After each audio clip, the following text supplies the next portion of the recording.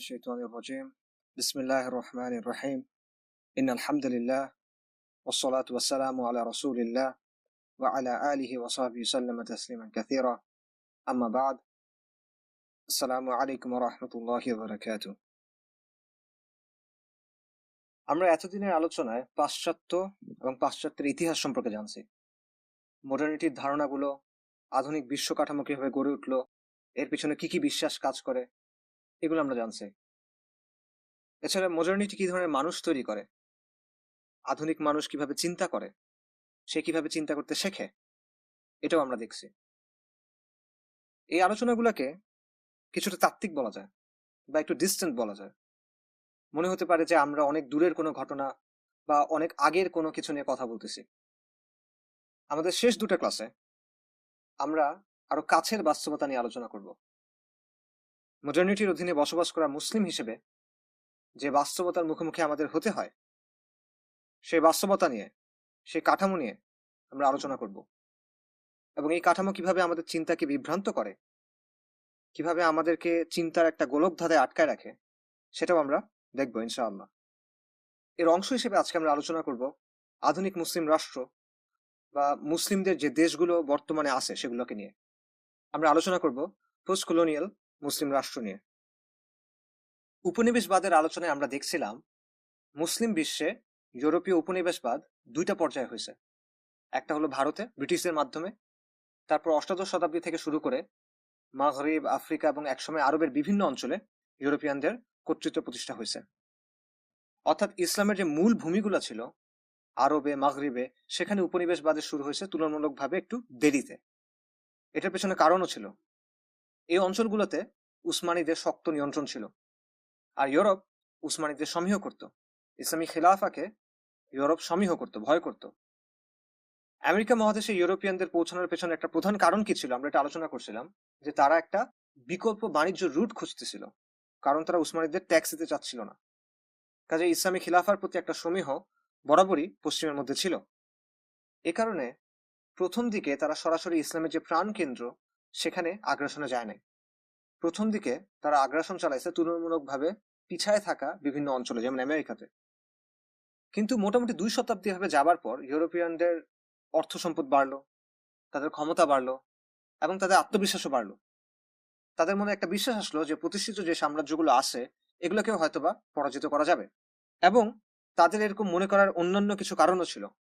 যেমন ধরেন 1757 সালে ব্রিটিশ ইস্ট ইন্ডিয়া কোম্পানি ভাড়াটে সৈন্যদের দিয়ে মুঘল সাম্রাজ্যের একটা বড় অংশ নিজেদের নিয়ন্ত্রণে নিয়ে ফেলল।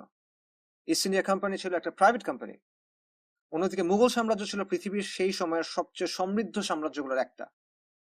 কাজেই একটা প্রাইভেট কোম্পানি এরকম একটা কাজ করে ফেলছে, এটা একটা রিমার্কেবল ব্যাপার ছিল। এটা তাদের আত্মবিশ্বাসকে অনেকটা বাড়ায় দিল। আবার 1774 সালে রাশিয়া উসমানীদের বিরুদ্ধে একটা যুদ্ধে বিজয়ী হলো। 1798 সালে নেপোলিয়নের নেতৃত্বে ফরাসিরা মিশর দখল করে নিল। 3 বছর পর 1801 সালে ফরাসিদের পরাজিত করে ফেরত পাঠানো গেল, কিন্তু সেটার জন্য উসমানীদের সাহায্য নিতে হলো ব্রিটিশদের কাছ থেকে। মূলত ব্রিটিশ রয়্যাল নেভির সাহায্যে উসমানীরা ফরাসিদের পরাজিত করতে সক্ষম হয়েছিল। তো এই ধরনের বিভিন্ন ডেভেলপমেন্ট থেকে, এই ধরনের বিভিন্ন ঘটনা থেকে ইউরোপিয়ানদের কাছে এটা স্পষ্ট হলো যে মুসলিমদের এখন আর সেই আগের মতো অবস্থা নাই, এবং ইউরোপ তখন আস্তে আস্তে মুসলিম অঞ্চলগুলোর দিকে হাত বাড়াইলো। এবং এই ধরনের সময়ে, অর্থাৎ কাছাকাছি সময়ে, ইউরোপ চীনের দিকেও আগাইলো। মুসলিম বিশ্বে বা ইসলামের প্রাণ কেন্দ্রে ইউরোপের আগ্রাসনের শুরুটা হয় বাণিজ্য দিয়ে, ব্যবসা দিয়ে। প্রথম দিকে ইউরোপিয়ানদের উদ্দেশ্য ছিল বিভিন্ন ধরনের বাণিজ্য সুবিধা নেওয়া, ট্রেড কনসেশনস নেওয়া, যাতে করে ইউরোপের পণ্যগুলো মুসলিমদের যে অঞ্চলগুলো ছিল সেগুলোর বাজার দখল করে নিতে পারে। কিন্তু এটা করতে গিয়ে তাদের একটা সমস্যার মুখোমুখি হইতে হলো। সেটা হলো মুসলিম অঞ্চলে কে কত বেশি সুবিধা নিতে পারে, এটা নিয়ে ইউরোপিয়ানদের নিজেদের মধ্যে একটা প্রতিযোগিতা শুরু হয়ে গেল। ফ্রান্স, ব্রিটেন, রাশিয়া এবং পরবর্তীতে জার্মানি, এদের সবাইকে দেখা গেল উসমানী খলিফার সামনে গিয়ে দেন দরবার করতে। এই সুবিধাটা আমাকে দেন, ওদেরকে দিয়েন না, অমুক অঞ্চলে অমুক এটা নিতে যাচ্ছে, এটা তাদেরকে দিয়েন না, এটা আমাকে দেন, ইত্যাদি। তো ইউরোপিয়ানদের এই ধরনের প্রতিযোগিতার ফলে উসমানী খলিফার সামনে একটা সুযোগ থাকলো যে তিনি চাইলে এই শক্তিগুলোকে পরস্পরের বিরুদ্ধে ব্যবহার করতে পারেন, মানে এক ধরনের ব্যালেন্স মেনটেন করতে পারেন। তো এই কারণে ইউরোপিয়ানরা যেটা করলো সেটা হলো তারা বিভিন্ন আঞ্চলিক শাসক বা অ্যাডমিনিস্ট্রেটরদের কাছে গেল। মিশর, আলজেরিয়া, তিউনিসিয়া, মরক্কো, এইসব অঞ্চলের বিভিন্ন গভর্নর, বিভিন্ন পাশাদের কাছে তারা গেল এবং নানানভাবে এদেরকে তাদের নিয়ন্ত্রণ নিয়ে আসলো, ঘুষ দিয়ে, তোষামত করে, ভয় দেখায়, নানাভাবে। এবং এসব লোকাল শাসক বা অ্যাডমিনিস্ট্রেটরদের মাধ্যমে এসব অঞ্চলের বাণিজ্যে ইউরোপিয়ানরা নিজেদের নিয়ন্ত্রণ প্রতিষ্ঠা করার চেষ্টা করলো। এইসব অঞ্চলের অর্থনৈতিক নিয়ন্ত্রণ পাওয়ার জন্য ইউরোপিয়ানরা আরেকটা বুদ্ধি করলো, বিশেষ করে ব্রিটিশ এবং ফ্রেঞ্চরা। সেটা হলো তারা এইসব অঞ্চলে উসমানীদের যে নিয়ন্ত্রণ ছিল সেটাকে দুর্বল করার চেষ্টা করলো এবং এই অঞ্চলগুলোকে উসমানীদের থেকে বিচ্ছিন্ন করার, উসমানীদের থেকে আলাদা করার চেষ্টা করলো। এজন্য তারা কি করলো? তারা মুসলিমদের মধ্যে বিভেদ উস্কায় দেওয়ার চেষ্টা করলো, যাতে এই অঞ্চলগুলো উসমানীদের নিয়ন্ত্রণে আর না থাকে। তারা আরেকটা কাজ করলো, সেটা হলো বিভিন্ন মিথ্যা অজুহাত দিয়ে তারা উসমানী শাসনে হস্তক্ষেপের চেষ্টা করলো এবং উসমানীদের নিয়ন্ত্রিত অঞ্চলে নিজেদের কর্তৃত্ব প্রতিষ্ঠা করার চেষ্টা করলো। এটা তারা কিভাবে করলো? তারা বলল যে উসমানীদের নিয়ন্ত্রিত অঞ্চলে অনেক খ্রিস্টান আছে, অনেক ইহুদি আছে, এরা মাইনরিটি, এবং এদের ধর্মীয় অধিকার এবং এদের ধর্মীয় স্বাধীনতা রক্ষা করা প্রয়োজন। আর এই কাজটা কারা করবে? এটা করবে ইউরোপিয়ানরা। এভাবে রাশিয়া নিজেদেরকে অর্থোডক্স খ্রিস্টানদের প্রোটেক্টর বা রক্ষাকর্তা বলল, ফ্রান্স ক্যাথলিকদের দায়িত্ব নিল, আর ব্রিটেন দায়িত্ব নিল ইহুদিদের। এটা কিন্তু শুধু কথা ছিল না, তাদের মূলত উদ্দেশ্য ছিল এভাবে উসমানীদের নিয়ন্ত্রিত অঞ্চলে তাদের উপস্থিতি বাড়ানো, তাদের ক্ষমতা বাড়ানো এবং উসমানীদের যে প্রশাসন ছিল সেখানে হস্তক্ষেপ করা, উসমানীদের বিভিন্ন পলিসিকে প্রভাবিত করা। রিলিজিয়াস ফ্রিডম বা ধর্মীয় স্বাধীনতার এই বয়ানগুলা কিভাবে আসলে কলোনিয়ালিজমের স্বার্থে ব্যবহার করা হয়েছিল, কিভাবে এটা মুসলিম বিশ্বে কলোনিয়ালিজমের একটা টুল বা উপকরণ হিসেবে কাজ করছে, এটা নিয়ে সাবা মাহমুদের চমৎকার কিছু আলোচনা আছে, আপনারা চাইলে দেখতে পারেন। সাবা মাহমুদ ছিলেন একজন সেকুলার একাডেমিক। তো এইভাবে ইউরোপিয়ানরা তাদের প্রভাবকে কাজে লাগায় বিভিন্ন মিশনারি স্কুল গড়ে তুললো এবং অন্যান্য প্রতিষ্ঠান তৈরি করলো। বিভিন্ন বিচ্ছিন্নতাবাদী ফিরকা, বিভিন্ন বিচ্ছিন্নতাবাদী আন্দোলনকে তারা সাহায্য করলো এবং নানা রকম রাজনৈতিক গুটিবাজি করলো। এবং এগুলোর মূল উদ্দেশ্য কি ছিল? উদ্দেশ্য ছিল বিভিন্ন অঞ্চলকে উসমানীদের নিয়ন্ত্রণ থেকে বের করে নিয়ে আসা, মুসলিমদেরকে পরস্পর থেকে বিচ্ছিন্ন করা এবং উসমানীদের ক্ষমতা কমানো। এই উদ্দেশ্য বাস্তবায়নের জন্য, মুসলিমদের মধ্যে বিভেদকে উস্কায় দেওয়ার জন্য তারা নতুন একটা মতবাদকে কাজে লাগাইল। এটার উদ্দেশ্য ছিল মুসলিমদের মধ্যে যে উম্মাবোধ আছে, আল ওয়ালা ওয়াল বারা আছে, এই চেতনাটাকে দুর্বল করে দেওয়া এবং মুসলিম পরিচয়ের বদলে অন্য পরিচয়কে প্রাধান্য দেওয়া। এই জন্য তারা নতুন একটা ইউরোপীয় মতবাদ কাজে লাগাইল, যেটাকে আজকে আমরা ন্যাশনালিজম বা জাতীয়তাবাদ নামে চিনি। মুসলিম বিশ্বে জাতীয়তাবাদের সূচনা হয়েছিল ইউরোপিয়ানদের পৃষ্ঠপোষকতায় এবং এটার উদ্দেশ্য ছিল মুসলিমদের মধ্যে যে বন্ধন আছে, তাদের যে পারস্পরিক বন্ধন আছে, সেটাকে ভেঙে ফেলা, মুসলিমদেরকে পরস্পর বিচ্ছিন্ন করা এবং মুসলিমদেরকে দুর্বল করা। এবং এই কাজে জাতীয়তাবাদ খুবই সফল। আজও মুসলিমদের ঐক্যের পথে বড় একটা বাধা হলো এই জাতীয়তাবাদের আদর্শ। এবং এই জাতীয়তাবাদ বাই ডেফিনিশন সেকুলার, এটা সত্যগতভাবে একটা সেকুলার আইডিওলজি। এটা জাতীয়তাকে প্রাধান্য দেয় দিনের উপরে, সেটা ভাষাভিত্তিক হোক, এথনিসিটির ভিত্তিতে হোক, অথবা ভৌগোলিক হোক, এটা জাতীয়তাকে দিনের উপর প্রাধান্য দেয়। জাতীয়তাবাদের আদর্শ উজ্জীবিত হয়ে মুসলিম বিশ্বে বিভিন্ন জাতীয়তাবাদী আন্দোলন দেখা দিল এবং এক পর্যায়ে এগুলো বিভিন্ন অঞ্চলকে উসমানীদের নিয়ন্ত্রণ থেকে আলাদা করে ফেলতে সক্ষম হইল। ঊনবিংশ শতাব্দী জুড়ে পশ্চিমা মিশনারিরা এবং অন্যান্যরা নানানভাবে এইসব জাতীয়তাবাদী আন্দোলনকে সমর্থন দিল। আরবদের মধ্যে প্যান আরাবিজম, তুর্কিশদের মধ্যে টার্কিশ ন্যাশনালিজম, কুর্দিদের মধ্যে কুর্দিশ জাতীয়তাবাদ ইত্যাদি তৈরি হলো এবং একের পর এক বিদ্রোহ দেখা দিল। একসময় খোদ তুরস্কে ইয়াং টার্ক নামে একটা জাতীয়তাবাদী, একটা সেকুলার আন্দোলন তৈরি হলো। এইসব আন্দোলন, বিদ্রোহ, অস্থিতিশীলতার ফলে উসমানীরা একেবারেই দুর্বল হয়ে গেল। ফলে ব্রিটেন, ফ্রান্স এবং রাশিয়া যখন তাদের নিয়ন্ত্রণ বাড়াতে শুরু করলো, তখন আর তারা এটার মোকাবেলা করতে পারলো না। ব্রিটেন, ফ্রান্স, রাশিয়া, জার্মানি সবাই এবার ছুটে আসলো, সবাই নিজের ভাগ চায়। এদের নিজেদের মধ্যে প্রতিযোগিতা শুরু হলো। উসমানী অঞ্চলে নিজেদের প্রভাব বাড়ানোর জন্য এরা নিজেদের মধ্যে নানা গুটিবাজি শুরু করলো এবং এদের যে প্রতিযোগিতা শুরু হলো, এটাকে অনেকে দ্য গ্রেট গেম বলে। তো ব্রিটেন এই সময় একটা পলিসি নিল। তারা বলল, আমরা উসমানী সাম্রাজ্যের ইন্টিগ্রিটি চাই, আমরা উসমানী সাম্রাজ্যের একতার পক্ষে। উসমানীদের নিয়ন্ত্রণে যেসব অঞ্চল আছে সেগুলো তাদেরই থাকুক, এটাই আমরা চাই। কেন তারা এটা বললো? ব্রিটেন হঠাৎ এত ভালো হয়ে গেল কেন? আসলে ব্রিটিশরা চাচ্ছিল যে উসমানীদের যে পতন হবে সেটা যেন নিয়ন্ত্রিতভাবে হয়। কেন? কারণ হঠাৎ করে যদি উসমানীদের পতন হয়, তাহলে উসমানীদের নিয়ন্ত্রণে থাকা অধিকাংশ অঞ্চল চলে যাবে রাশিয়ার হাতে এবং জার্মানির হাতে। কারণ ভৌগোলিকভাবে তারা উসমানীদের কাছাকাছি ছিল। এই কারণে রাশিয়া, জার্মানি এবং ফ্রান্সকে চেকে রাখার জন্য ব্রিটেন বলল যে আমরা আসলে উসমানী সাম্রাজ্যের একতার পক্ষে। তবে তাদের এই কৌশল সবসময় কাজে লাগছে এমন না। যেমন অনেক সময় দেখা গেছে যে রাশিয়া উসমানীদের আক্রমণ করছে আর ব্রিটিশ আর ফ্রেঞ্চরা উসমানীদের সাহায্য করতেছে। যেমন 1853 থেকে 1856 সাল পর্যন্ত যে যুদ্ধ হয়েছিল, ক্রাইমিয়ান যুদ্ধ, সেখানে এটা হয়েছিল যে রাশিয়া উসমানীদের আক্রমণ করছে আর ব্রিটেন এবং ফ্রান্স উসমানীদের সাহায্য করতেছে। যাই হোক, তো এটা ছিল ব্রিটেনের কৌশল। অন্যদিকে ফ্রান্স কি করলো, তারা আফ্রিকার দক্ষিণের বিভিন্ন অঞ্চল দখল করে নিল, যেমন আলজেরিয়া, মরক্কো, তিউনিসিয়া ইত্যাদি। শেষ পর্যন্ত গত শতাব্দীর শুরুর দিকে ব্রিটেনের মনে হলো যে না, উসমানী রাষ্ট্রকে আর টিকে রাখা যায় না, এখানে অনেক ঝামেলা হইতেছে এবং এটা বিপজ্জনক, কাজে এটাকে পুরোপুরি ভেঙে ফেলতে হবে। তো নামে মাত্র যে খিলাফা টিকে ছিল সেটাও অ্যাবলিশ করা হলো, সেটাকে উঠা দেওয়া হলো। এবং এই সময় ইউরোপিয়ানরা মুসলিম বিশ্বের জন্য 3টা পলিসি গ্রহণ করলো এবং বাস্তবায়ন করলো। সেগুলো কি কি? প্রথমটা হলো মুসলিম অঞ্চলগুলোর স্ট্র্যাটেজিক নিয়ন্ত্রণ নিজেদের হাতে রাখা। দ্বিতীয়টা হলো মুসলিম অঞ্চলগুলোকে স্থায়ীভাবে আলাদা করে ফেলা। আর তৃতীয়টা হলো জীবন ব্যবস্থা হিসেবে ইসলামকে সরায় ফেলা।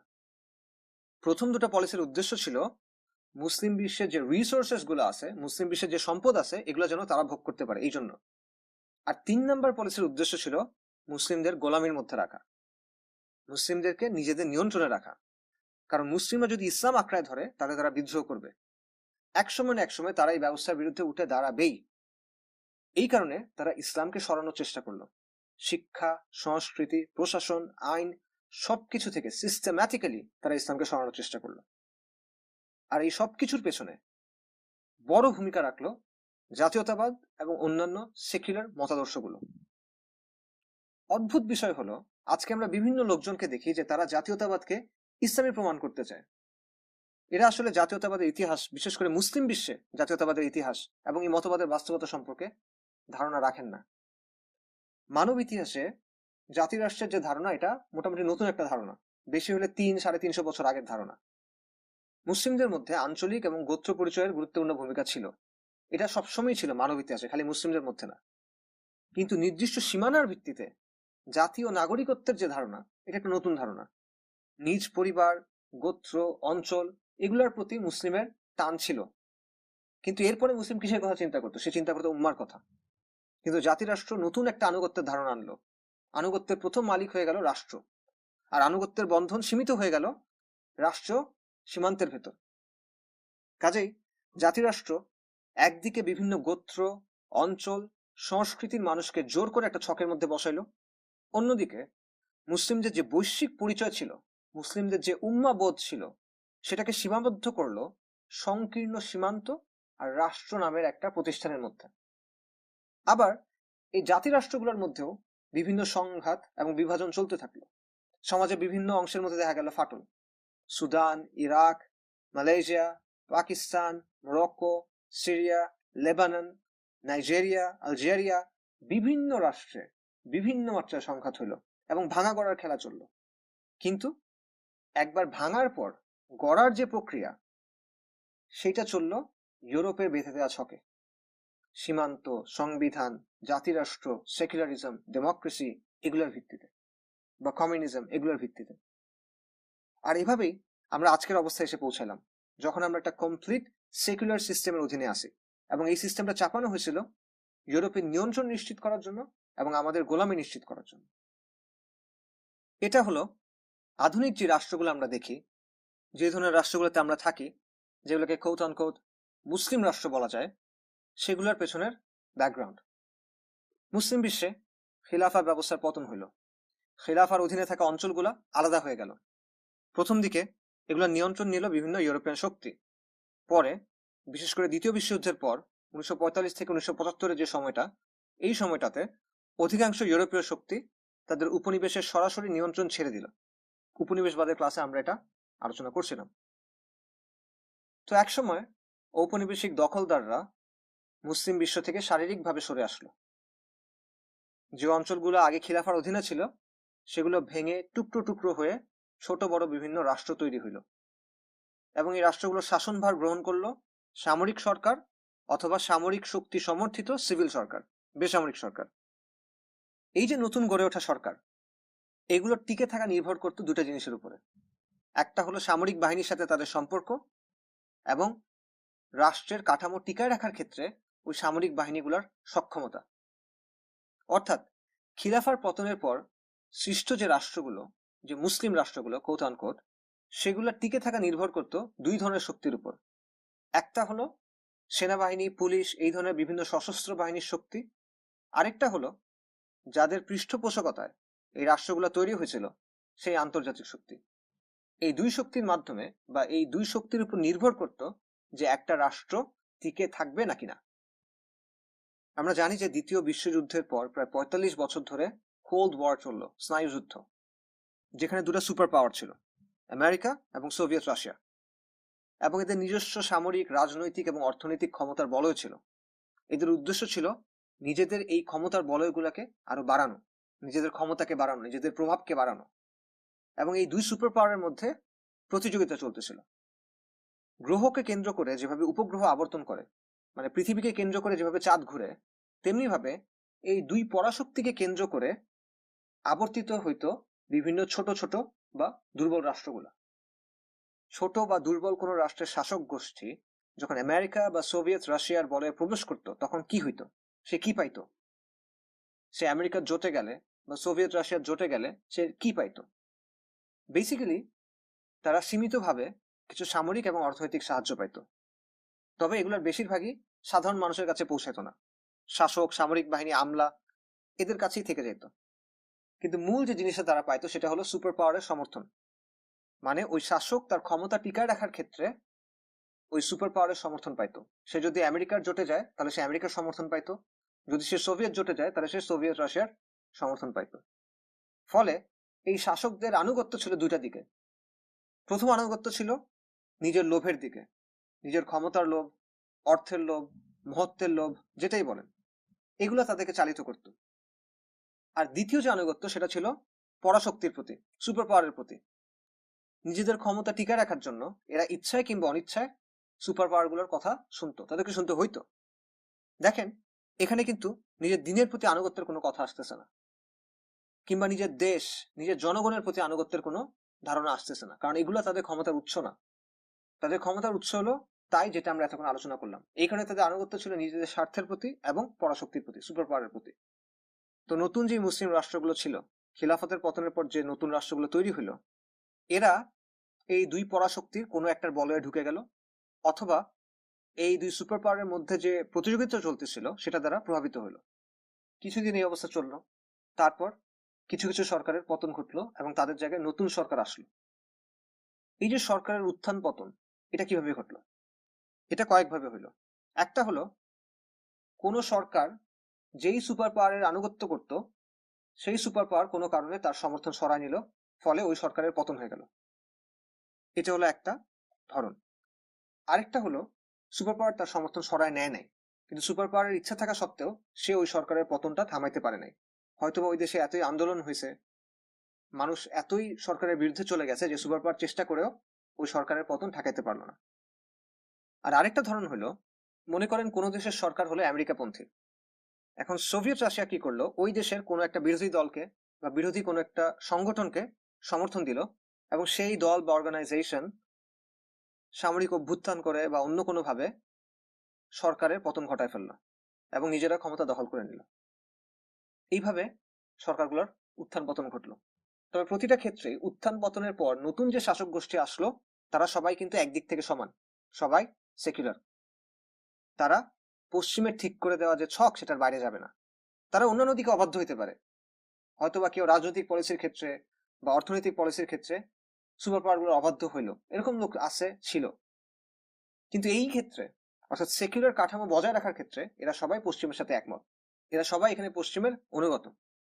এই শাসক গোষ্ঠীগুলোর মধ্য থেকে যারা টিকে গেল, তারা নিজেদের চিন্তা, চেতনা, মূল্যবোধ গুলা সমাজের উপর চাপা দিল। এছাড়া তারা যে সুপার পাওয়ারের আনুগত্য করত, তারা যে সুপার পাওয়ারের বলয়ে ছিল, সেই সুপার পাওয়ারের চিন্তা চেতনা এবং মূল্যবোধের সাথে নিজস্ব মূল্যবোধকে মিশায়, নিজেদের চিন্তা নিজেদের চেতনা মিশায় একটা মিশ্রিত সংস্কৃতি, একটা মিশ্রিত মূল্যবোধ তারা সমাজের উপর চাপাই দিল। এবং এগুলা যতই অযৌক্তিক হোক না কেন, এগুলা যতই সুস্থ বিচার বুদ্ধির সাথে সাংঘর্ষিক হোক না কেন, ক্ষমতাসীনরা এগুলাকে প্রেজেন্ট করলো পবিত্র হিসেবে, মহিমান্বিত হিসেবে। পরবর্তীতে 90-এর দশকের শুরুতে স্নায়ুযুদ্ধ শেষ হলো। তখন শুরু হলো আমেরিকান লিবারেল ডেমোক্রেসির হেজেমনি, একাধিপত্য। সবাই লিবারেল ডেমোক্রেসিকেই শ্রেষ্ঠ ব্যবস্থা হিসেবে গ্রহণ করলো। যে একদম পাক্কা স্বৈরাচার, সেও অ্যাটলিস্ট মুখে ডেমোক্রেসির প্রশংসা করতে শুরু করলো। তারপর শুরু হলো ওয়ার অন টেরর। আধুনিক বিশ্ব ব্যবস্থা, পশ্চিমের চাপায় দেওয়া আধুনিক রাষ্ট্র ব্যবস্থা, এটার বিরুদ্ধে মুসলিমদের ভেতরে যে প্রতিরোধ তৈরি হইল, সেটাকে মোকাবেলার জন্যই ওয়ার অন টেররের শুরু। ওয়ার অন টেররের মূল অর্থ হলো, যারা ইসলামী ব্যবস্থা ফিরায় আনতে চায় তারা পশ্চিমের প্রধান শত্রু এবং তারা আধুনিক বিশ্ব ব্যবস্থার প্রতি হুমকি। এছাড়া মুসলিম বিশ্বের রিসোর্সের উপর পশ্চিমা বিশ্ব যে নিয়ন্ত্রণ প্রতিষ্ঠা করছিল ঊনবিংশ শতাব্দীতে, তারপর বিংশ শতাব্দীর শুরুর দিকে উসমানীদের পতনের সময়, এটাও এই প্রতিরোধ তৈরি করা মুসলিমদের কারণে হাতছাড়া হয়ে যাওয়ার আশঙ্কা ছিল। তাই ওয়ার অন টেররের আরেকটা উদ্দেশ্য ছিল মুসলিম বিশ্বের উপর এবং মুসলিম বিশ্বের সম্পদের উপর পশ্চিমা বিশ্বের এই নিয়ন্ত্রণটা বজায় রাখা।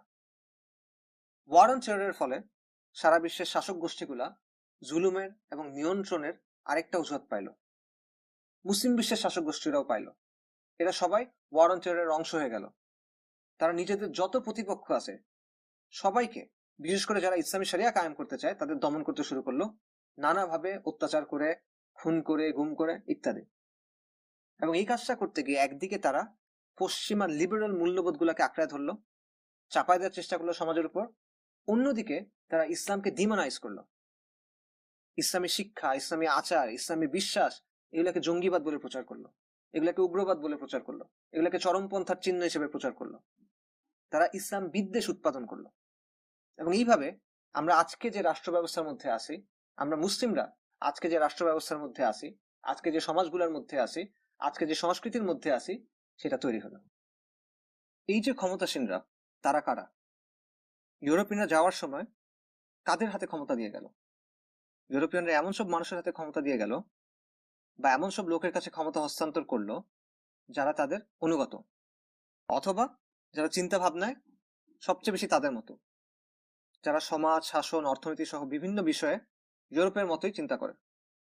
কলোনিয়ালিজম নিয়ে আলোচনার সময় আমরা বলছিলাম, উপনিবেশবাদের উত্তরাধিকার হলো পশ্চিমাদের তৈরি করা এবং তাদের অনুগত এলিট শ্রেণী। উপনিবেশ শাসন করার জন্য ইউরোপিয়ানদের সাহায্য দরকার ছিল। শোষণের যে মেশিনারি, শোষণের যে কাঠামো, এটা চালাতে হলে ভালো কেরানি লাগে, ভালো আমলা লাগে। এই জন্য লোকাল কিছু মানুষকে ইউরোপিয়ানরা তাদের সহযোগী হিসেবে তৈরি করলো। এই লোকাল লোকগুলা ইউরোপিয়ানদের হয়ে কাজ করলো, সাধারণ মানুষের ভাষা, চিন্তা, এগুলো ইউরোপিয়ানদের কাছে ব্যাখ্যা করলো, ইউরোপিয়ানদের বুঝাই দিল, পথঘাট চেনাই দিল, বুদ্ধি দিল, যাতে ইউরোপিয়ানরা শাসন এবং শোষণ আরো দক্ষভাবে চালাইতে পারে। আবার তারা কি করলো? সাধারণ মানুষের মধ্যে ইউরোপিয়ান চিন্তা এবং সংস্কৃতির প্রসার ঘটালো। সাধারণ মানুষকে তারা বুঝাইলো যে জাতীয়তাবাদ, সেকুলারিজম এগুলো মেনে নিতে হবে এবং এগুলো মেনে নিয়ে ইউরোপিয়ানদের কাছে দিন দরবার করতে হবে, তাহলেই সাফল্য আসবে। এরা হলো নেটিভ ইনফরমেন্ট, গাদ্দার। উপনিবেশবাদের ক্লাসে আমরা এগুলা আলোচনা করছিলাম। তো কলোনিয়াল প্রভুদের পৃষ্ঠপোষকতায় এরাই একসময় সমাজে এলিট শ্রেণী হয়ে উঠলো। একসময় ট্রেন্ড শুরু হইলো যে সবচেয়ে অভিজাত পরিবারগুলা তাদের সন্তানদের পাঠালো পশ্চিমে, যাতে তারা শিক্ষিত হইতে পারে, সাহেব হইতে পারে। এবং এরা পশ্চিম থেকে ডিগ্রি নিয়ে আসলো, সাথে সাথে এনলাইটেনমেন্টের আকিদা, এনলাইটেনমেন্টের দর্শন, এনলাইটেনমেন্টের ফিকিরও নিয়ে আসলো। এবং এরাই একসময় মুসলিম সমাজের রাজনৈতিক এবং বুদ্ধিবৃত্তিক নেতৃত্ব গ্রহণ করলো। যেমন মুহাম্মদ আলী জিন্নাহ, পাকিস্তানের কায়েদে আজম, ছিল লিঙ্কনসনের ছাত্র। উত্তর আফ্রিকার স্বাধীনতা আন্দোলনের অনেক নেতা পড়াশোনা করছিল প্যারিসের বিভিন্ন ইউনিভার্সিটিতে, কিংবা আফ্রিকাতে চালু হওয়া বিভিন্ন ফ্রেঞ্চ স্কুলে। এরা ছিল চিন্তা চেতনায় আগাগোড়া সেকুলার। এবং ইউরোপিয়ানরা যাবার পর এরাই মূল এলিট শ্রেণী হয়ে উঠল, এরাই শাসক শ্রেণী হয়ে উঠল। ইউরোপিয়ানরা এবং ইউরোপিয়ানদের যে একাডেমিকরা ছিল, এরা কিন্তু বরাবরই ইসলামের সমালোচনা করত। এবং এটার কারণও আছে। আমরা বলছি যে ক্রুসেইডের সময় থেকেই ইউরোপ ইসলামকে তার প্রধান শত্রু মনে করত, ইসলামকে তার অপর মনে করত, আদার মনে করত, এবং সে নিজেকে সংজ্ঞায়িত করত কি? ইসলামের বিপরীতে। এটা ক্রিসেন্ডমের সময় এবং এটা এনলাইটেনমেন্টের সময়। তো ইসলামের প্রতি যে এই অ্যান্টাগনিজম বা ইসলামের প্রতি এই যে তাদের বিরোধী মনোভাব, এটা ঐতিহাসিকভাবে তাদের মধ্যে ছিল, আছে। ইউরোপিয়ানদের চিন্তার অনুকরণ করে যে নতুন সেকুলার শ্রেণীটা তৈরি হলো, সাদাবাবুদের আশীর্বাদ পাওয়া যে লোকাল এলিট শ্রেণী ছিল, লোকাল আমলা, লোকাল সরকারি অফিসের কর্মচারী, এদের মধ্যেও ইসলাম নিয়ে একটা হীনমন্যতা তৈরি হলো। মালিক যা করে গোলাম সেটার অনুসরণ করে, মালিক যেটা চিন্তা করে গোলাম সেটাকে নিজের চিন্তা মনে করে। এবং এই হীনমন্যতা এদের সবার মধ্যেই ছিল। এদের মধ্যে যে সবচেয়ে স্বাধীনতাকামী ছিল তার মধ্যেও এই হীনমন্যতা কাজ করত। পশ্চিমাদের শিক্ষায় শিক্ষিত হয়ে এমন একটা সংকর প্রজাতি তৈরি হলো যাদের চামড়াটা বাদামি আর যাদের মগজটা হলো ফিরিঙ্গি আর দেশির মিশ্রণ। এবং যাবার সময় এই সংকর জাতটাকেই ফিরিঙ্গিরা রাষ্ট্রের ক্ষমতায় বসাইলো, সামরিক বাহিনীর নেতৃত্বে বসাইলো এবং অর্থনীতির নিয়ন্ত্রণে বসাই গেল। এবং এই সংকর প্রজাতির লোকেরা একসময় জ্ঞান বলতে বুঝতো জন লক, রুসো, জন স্টুয়ার্ট মিল, ভলতেয়ার এদেরকে, কান্ট এদেরকে।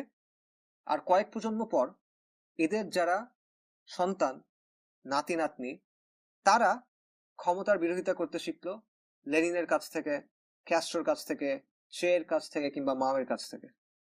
অর্থাৎ এদের কেবলা সবসময় কি? ইউরোপের দিকে, ওয়েস্টার্ন সিভিলাইজেশনের দিকে। ইসলামের ভিত্তিতে, ইসলামী আদর্শের ভিত্তিতে ইউরোপীয় আগ্রাসনের বিরুদ্ধে লড়াইয়ের এবং আন্দোলনের লম্বা ইতিহাস আছে। মুসলিম বিশ্বের প্রায় প্রতিটা অঞ্চলে আপনি এরকম অনেক মুভমেন্ট পাবেন। যেমন আলজেরিয়াতে আব্দুল কাদের আল জাজাইরি, মরক্কোতে মুহাম্মদ ইবনে আব্দুল কাদের আল খাত্তাবি, লিবিয়াতে উমর মুখতার, শিশানে ইমাম শামিল ইত্যাদি। উপমহাদেশেও পাবেন হাজি শরীয়তুল্লাহ, সৈয়দ আহমেদ শাহিদ, তিতুমির, মাওলানা উলায়াত আলী, মাওলানা ইনায়াত আলী, মাওলানা ইমদাদুল্লাহ মুহাজির মাক্কি। এরকম অনেক মুসলিম ছিল, এরকম অনেক মুসলিম আলেম ছিলেন যারা ইউরোপিয়ানদের বিরুদ্ধে আন্দোলন করছেন, সংগ্রাম করছেন। কিন্তু পোস্ট কলোনিয়াল মুসলিম রাষ্ট্রগুলোতে এই ইসলামী যে আন্দোলন, এই ইসলামী মুজাহিদিনের যে অবদান, সেই ইতিহাসটা মুছে দেওয়া হলো, অথবা তাদের আন্দোলনকে সেকুলারাইজ করা হলো। শরিয়া প্রতিষ্ঠার জন্য তারা যে আন্দোলন করছেন সেটাকে বলা হলো স্বাধীনতার আন্দোলন কিংবা ব্রিটিশ বিরোধী আন্দোলন। যেমন ধরেন মীর নিসার আলী তিতুমির, তিনি ছিলেন একজন আলেম, তিনি ছিলেন একটা জামাতের নেতা, এবং তার আন্দোলন শুরু হয়েছিল মুসলিম সমাজে যে শিরক এবং বিদআ ঢুকে পড়ছিল সেটা দূর করার একটা প্রজেক্ট নিয়ে, একটা প্রকল্প নিয়ে। পরে এই আন্দোলনের সাথে যুক্ত হয় মুসলিম সমাজের বিভিন্ন সামাজিক ও অর্থনৈতিক ইস্যু এবং রাজনৈতিক ইস্যু। এক পর্যায়ে এটা সশস্ত্র আন্দোলনের রূপ নেয়। এবং ইসলামী ইতিহাসের অনেক তাজদিদি আন্দোলনের ক্ষেত্রে আপনারা এই ধরনের গতিপথ দেখবেন যে এইভাবে তারা একটা পর্যায় থেকে আরেকটা পর্যায়ে গেছে। এবং তিতুমির রাহিমাহুল্লাহ ইসলামী শরিয়া প্রতিষ্ঠার জন্য জিহাদ করছেন। ওনার বাহিনীকে উনি বলছেন মুজাহিদ বাহিনী। নারিকেল বাড়িয়াতে তারা যখন কর্তৃত্ব অর্জন করছেন তখন তিনি ইসলামী শরিয়া অনুযায়ী শাসনেরও চেষ্টা করছেন। কিন্তু এই তিতুমির রাহিমাহুল্লাহকে আজকে দেখানো হয় স্বাধীনতা সংগ্রামী হিসেবে, কিংবা কৃষক আন্দোলন হিসেবে, কিংবা সাবঅল্টার্ন হিসেবে। হ্যাঁ, তিতুমিরের আন্দোলনে কৃষকের অধিকারের বিষয় ছিল, অনেক হিন্দু কৃষক তাকে সমর্থন দিচ্ছিল, এটা সত্য কথা। তিনি ব্রিটিশ বিরোধী ছিলেন, এটাও সত্য কথা। কারণ ইসলামের আন্দোলনে, ইসলামের লড়াইয়ে তাওহীদ, ঈমান, ইসলাহ, ইনসাফ এই বিষয়গুলো সবই থাকবে। মাখলুকের যে হক সেটা রক্ষা করার বিষয় থাকবে।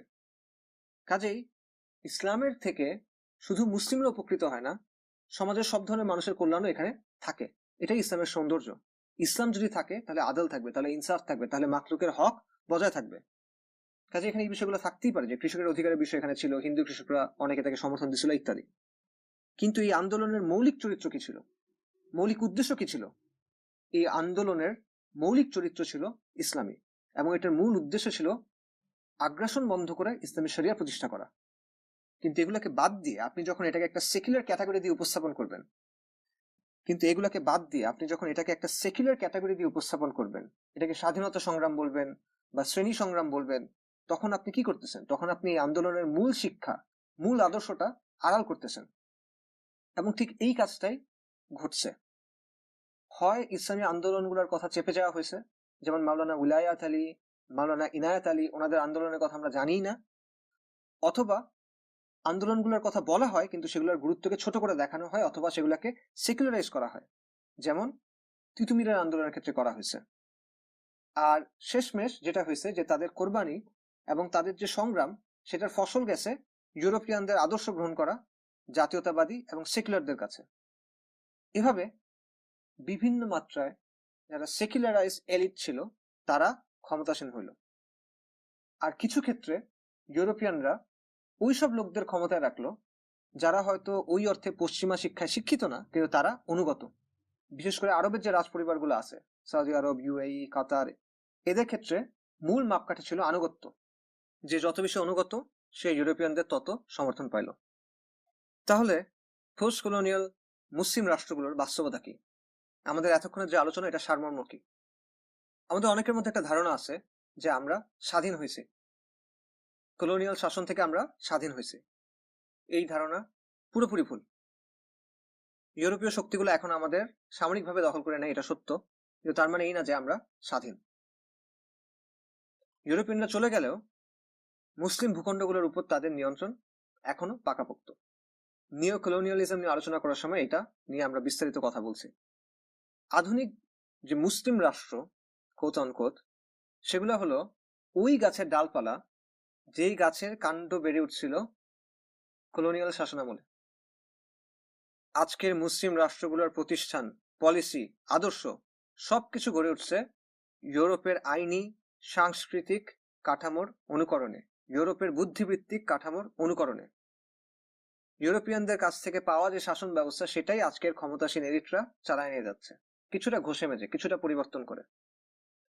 কাজেই স্বাধীনতার সুন্দর সুন্দর কথা, মুক্তির সুন্দর সুন্দর গান, এগুলার পেছনে বাস্তবতা হলো আধুনিক যে মুসলিম রাষ্ট্রগুলো আছে এগুলো হলো ঔপনিবেশিক শাসন ব্যবস্থার ধারাবাহিকতা, আর কিচ্ছু না। ফিরিঙ্গিরা গেছে, কিন্তু তাদের রেখে যাওয়া ব্যবস্থা এখনো আছে, এখনো চলতেছে, এখনো আমাদের নিয়ন্ত্রণ করতেছে। পশ্চিমা দখলদারদের নিয়ন্ত্রণ বন্ধ হয় নাই, শুধু নিয়ন্ত্রণের চেহারা বদলাইছে। সামরিক ও রাজনৈতিক নিয়ন্ত্রণের বদলে ইউরোপিয়ানরা এখন নিয়ন্ত্রণ করতেছে, বা পশ্চিমারা এখন নিয়ন্ত্রণ করতেছে পরোক্ষভাবে। ঔপনিবেশিক শাসন এখনো চলতেছে, পার্থক্য হলো সাদা চামড়ার বদলে এখন শাসন করতেছে বাদামি চামড়ার লোক। নব্য উপনিবেশবাদের আলোচনাতে এগুলো নিয়ে আমরা বিস্তারিত কথা বলছি। আমাদের সংবিধান গড়ে উঠছে তাদের অনুকরণে, আমাদের আইন এবং বিচার ব্যবস্থার মূল কাঠামো তাদের বানানো। মুসলিম বিশ্বের যে সেনাবাহিনীগুলা, সেগুলাও কলোনিয়াল সেনাবাহিনীর কন্টিনিউয়েশন, তাদের তৈরি করা সেনাবাহিনীর ধারাবাহিকতা, তাদের দ্বারা প্রশিক্ষিত। ব্রিটিশদের যে আর্মি ছিল, ব্রিটিশ ইন্ডিয়ান আর্মি, সেটার একটা অংশ পরে পাকিস্তান আর্মি হয়েছে, আরেকটা অংশ ইন্ডিয়ান আর্মি হয়েছে। কাল পর্যন্ত যারা ব্রিটিশদের কাছ থেকে হুকুম নিত, যারা ব্রিটিশদের নিয়ন্ত্রণ বজায় রাখার জন্য কাজ করত, 1947 সালের অগস্ট মাসে এক রাতের ব্যবধানে তারা মুসলিম বাহিনী হয়ে গেল, তারা ইসলামী বাহিনী হয়ে গেল। এক রাতের ব্যবধানে ব্রিটিশদের ভাড়াটে সৈন্য থেকে চেঞ্জ হয়ে তারা ইসলামের পক্ষে মুজাহিদ হয়ে গেল। মানুষ কিভাবে এত শিশুতোষ চিন্তা করে? বাস্তবতা হলো এই বাহিনীগুলো আজকেও এখনো পশ্চিমাদের বিভিন্ন জোটের ভাড়াটে সৈন্য। কথাটা শুনতে খারাপ লাগতে পারে, কিন্তু এটাই বাস্তবতা। কখনো শুনছেন অমুক অঞ্চলের নির্যাতিত মুসলিমদের রক্ষার জন্য কোনো সেনাবাহিনী পাঠানো হয়েছে? না, শোনেন নাই। কিন্তু জাতিসংঘ, নেটোর অংশ হিসেবে বিভিন্ন মুসলিম দেশের বাহিনীগুলো ঠিকই কাজ করে যাচ্ছে। কখনো শুনছেন কোনো মুসলিম দেশের সেনাবাহিনী ইসলাম প্রতিষ্ঠার জন্য কাজ করছে? না, শোনেন নাই। কিন্তু গণতন্ত্র এবং মানবাধিকার প্রতিষ্ঠার জন্য যুদ্ধ, হ্যাঁ, এটা তো প্রতিদিনই হইতেছে। 2020 সালে জাতিসংঘের শান্তিরক্ষা মিশনে সবচেয়ে বেশি সৈন্য যে দেশটা দিছে সেটা হলো পাকিস্তান। জাতিসংঘ কিসের শান্তি রক্ষা করে? কার শান্তি রক্ষা করে? জাতিসংঘ কিসের জন্য যুদ্ধ করে? কোন দিনের জন্য যুদ্ধ করে? কাদের ক্ষমতা টিকে রাখার জন্য যুদ্ধ করে? কাদের এজেন্ডা বাস্তবায়নের জন্য যুদ্ধ করে? ইসলামের জন্য? শরিয়ার জন্য? মুসলিম উম্মার জন্য? মুসলিম দেশগুলোর সেনাবাহিনীগুলা মুসলিমদের জন্য লড়াই করে না, তারা লড়াই করে জাতিসংঘের জন্য, তারা লড়াই করে নেটোর জন্য, তারা লড়াই করে পশ্চিমা সভ্যতার একাধিপত্য, হেজেমনি টিকায় রাখার জন্য, তারা লড়াই করে বর্তমান বিশ্ব ব্যবস্থাকে টিকায় রাখার জন্য। এটা এইসব বাহিনীর সদস্যদের ব্যক্তিগত বিশ্বাস বা অবিশ্বাসের প্রশ্ন না। তাদের মধ্যে এমন অনেকে আছে যারা দিনকে ভালোবাসে, অনেকে আছে যে খুবই আমলদার ভালো মুসলিম, এটা হইতেই পারে, এটা সমস্যা নাই। কিন্তু ফ্যাক্ট অফ দ্য ম্যাটার হলো যে সিস্টেমটা আছে সেটা হলো ঔপনিবেশিক বাহিনীর ধারাবাহিকতা। যাদের উদ্দেশ্য হলো নব্য ঔপনিবেশিক যে কাঠামো আছে সেটাকে টিকায় রাখা। এবং এই একই কথা আমাদের রাজনীতি, আমাদের মিডিয়া, আমাদের শিক্ষা ব্যবস্থা সবকিছুর ক্ষেত্রে প্রযোজ্য। প্রতিটা ক্ষেত্রে মূল লক্ষ্য, মূল উদ্দেশ্য হলো ইউরোপিয়ানদের তৈরি করা ব্যবস্থাকে টিকায় রাখা, তাদের দর্শন মুখস্থ করা, তাদের আদর্শ মুখস্থ করা, তাদের আচার আচরণ, তাদের পোশাক, তাদের চিন্তা অনুকরণ করতে শেখা। আজকের স্বাধীন রাষ্ট্রগুলা ঔপনিবেশিক শাসনের ধারাবাহিকতা ছাড়া আর কিছুই না। আগে খেয়াল রাখা হইতো কোনো আলোচনাতে ফিরিঙ্গিদের আধিপত্যের যে বয়ান সেটাকে যেন প্রশ্ন করা না হয়, সেটার বিরুদ্ধে যেন কিছু বলা না হয়। স্বাধীনতার কথা বললে যেন জাতীয়তাবাদ কিংবা অধিকারের জায়গা থেকে কথা বলা হয়। যেই কথাগুলো ফিরিঙ্গিদের অনুমোদিত সেগুলোই বলা যেত, যেই পথগুলো ফিরিঙ্গিদের অনুমোদিত শুধু সেই পথেই বিরোধিতা করা যেত। এখনো সেম জিনিস হচ্ছে, একটু ভিন্নভাবে। এখন আপনি ফিরিঙ্গিদের বিরুদ্ধে বলতে পারবেন, ইউরোপ আমেরিকার সমালোচনা করতে পারবেন, কিন্তু সেকুলার বিশ্ব ব্যবস্থা, আন্তর্জাতিক কাঠামোকে প্রশ্ন করতে পারবেন না। বেশি থেকে বেশি হলে আপনি ব্যবস্থার সংস্কারের কথা বলতে পারবেন, কিন্তু জাতিরাষ্ট্র, সীমান্ত, সাংবিধানিক শাসন আর গান্ধীবাদী যে পথ, এটার বাইরে গিয়ে অন্য কোনো পথের কথা আপনি বলতে পারবেন না। বললেই আপনি অপরাধী হয়ে যাবেন। বলার দরকার নেই, শুধু যদি চিন্তা করেন আপনি, তাহলে আপনি অপরাধী হয়ে যাবেন। ফিরিঙ্গিদের অনুমোদিত যে পথ, এটা ছাড়া অন্য কোনো পথে ইসলামী শাসন আনার কথা আপনি বলতে পারবেন না। ইসলাম চাইলে বিদ্যমান ব্যবস্থার যে ছক আছে, বিদ্যমান ব্যবস্থার যে ছক বেঁধে দিছে, সেই ছকের মধ্যেই চাইতে হবে। আপনি যদি প্রথা বিরোধী হইতে চান, তাহলে সেটা হবে প্রথাগত পদ্ধতিতে। একসময় মুসলিম বিশ্ব ইসলামী শরিয়া দিয়ে শাসিত হইতো। হ্যাঁ, তখনকার শাসকদের মধ্যে ভুল ত্রুটি ছিল, তারা পারফেক্ট ছিল না। জনগণের মধ্যে ভুল ত্রুটি ছিল, তারা পারফেক্ট ছিল না। জুলুম ছিল, অনেক ক্ষেত্রে শরিয়া লঙ্ঘন হয়েছিল, কিন্তু মূল কাঠামোটা ছিল ইসলামী। শাসক এবং জনগণের আনুগত্য ছিল ইসলামের প্রতি। ইউরোপিয়ানরা এসে এই শাসন ব্যবস্থা ধ্বংস করে দিয়েছে এবং তারা সেখানে বসেছে নিজেদের বানানো ব্যবস্থা। আজকে তারা চলে গেছে, কিন্তু তাদের যে ব্যবস্থা আমরা আগাগোড়া সেটাকে আঁকড়ায় ধরে আছি। আমরা তাদের মতবাদগুলো শিখতেছি, শেখাইতেছি, বাস্তবায়ন করতেছি, এমনকি আমরা যুদ্ধও করতেছি এগুলোর জন্য। এটা কেমন ধরনের স্বাধীনতা? এটা কিসের স্বাধীনতা? না, আমরা স্বাধীন না, আমরা পরাধীন। মুসলিম উম্মার কোনো নিজস্ব রাজনৈতিক কাঠামো নাই, কোনো পলিটি নাই, কোনো বাহিনী নাই, কোনো সরকার নাই। আমরা কিছু নব্য ঔপনিবেশিক রাষ্ট্র কাঠামোর অধীনস্থ, যে কাঠামো একদিকে ইসলাম আর মুসলিমদের নিয়ন্ত্রণ করতে চায়, অন্যদিকে যে কোনো মূল্যে পশ্চিমা সভ্যতার যে হেজেমানি, পশ্চিমা সভ্যতার যে একাধিপত্য, সেটা টিকায় রাখতে চায়। এবং ইসলাম প্রতিষ্ঠা এবং উম্মার পুনর্জাগরণের যে কোনো প্রচেষ্টার সামনে সর্বপ্রথম বাধা হয়ে দাঁড়াবে এই কাঠামোটাই। এরই বাস্তবতা। একসময় ফিরিঙ্গি কলোনিয়াল শাসকরা যা করছিল, বাদামি চামড়াওয়ালা আধুনিক মুসলিম রাষ্ট্রগুলোর শাসকরাও সেই একই কাজ করতেছে এবং করবে। কারণ এই দুইটা মৌলিকভাবে এক ও অভিন্ন, তারা একই সিস্টেমের অংশ, তারা একই মেশিনের অংশ। এটাই হলো আধুনিক পোস্ট কলোনিয়াল মুসলিম রাষ্ট্রগুলোর বাস্তবতা। এই সত্যটা না চিনে আমরা যদি স্বাধীনতার মিথ আঁকড়ায় ধরে রাখি, তাহলে আমরা বাস্তবতাকে বুঝতে পারবো না। আর বাস্তবতাকে না বুঝলে আমরা সেটা পরিবর্তন করতে পারবো না।